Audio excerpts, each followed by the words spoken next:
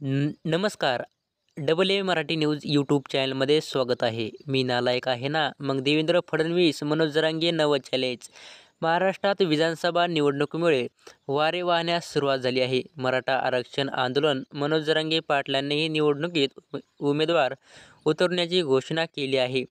यामुळे राजकीय वारा दिसतोय चढू लागला आहे. अशात अंतरवाली सराटीवर झालेल्या बैठकीत मनोज जरांगे पाटील यांनी फडणवीसाचे आमदार पाडू असे विधान केले.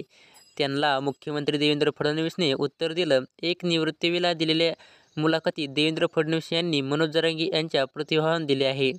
राजीनामा देईल, राजकारणातून निवृत्त होईल. मनोज जरांगे विधानसभावर फडणवीस म्हणाले, देवेंद्र फडणवीसचे आमदार पाडू. सरकार कोणाचे आहे? एकनाथ शिंदे, देवेंद्र फडणवीस, अजित पवार सरकारचे प्रमुख कोण आहेत? एकनाथ शिंदे सरकारमध्ये अधिकार कोणाला असतात? मुख्यमंत्र्यांना असतात. म्हणून मी परवा सांगितले की मराठा समाजाला संदर्भात मुख्यमंत्र्यांना एकदा निर्णय घ्यायचा आहे आणि तो निर्णय माझ्यामुळे अडलाय.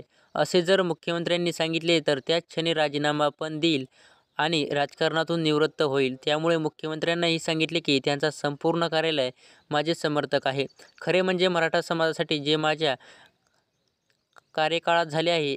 अण्णासाहेब पाटील आर्थिक विकास मंडळात आम्ही तयार केले. एक मराठा लाख मराठा समाजाचे तरुण आज उद्योग तयार झाले. शेकडो तरुण UPI झाले.